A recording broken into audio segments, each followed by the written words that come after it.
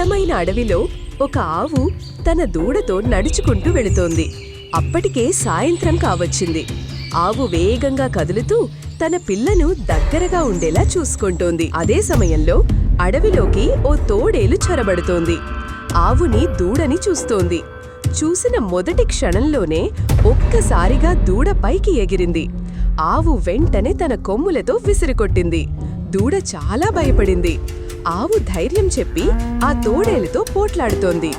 తాను అలసటతో ఉన్నా, భయం ఉన్నా, ఎదుర్కొనే శక్తి లేకపోయినా సరే దానికి తల వంచలేదు. 2 రోజులు గడిచిపోయాయి. ఆవు మేఘంలా గర్జిస్తూ దూకుతోంది. రక్తాలు కారుతున్నా సరే పోరాడుతూనే ఉంది. దూడ భయంతో వెనక్కి వెళుతోంది. ఆకలికి తట్టుకోలేకపోతోంది.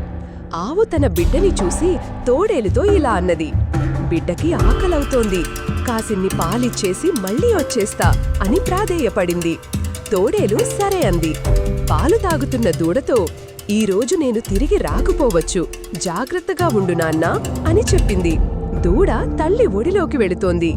పాలు తాగటమైన తరువాత ఆవు దీనంగా తోడేలు దగ్గరికి వెళ్ళి, ఓ మిత్రమా, నా దూడని ఏం చెయ్యకు, నన్ను తిని నీ ఆకలి తీర్చుకో అని పలికింది.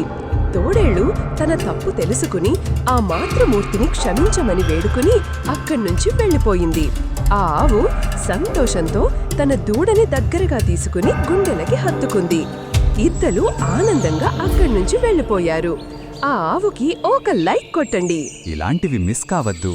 లైక్ చేయండి, సబ్స్క్రైబ్ చేయండి.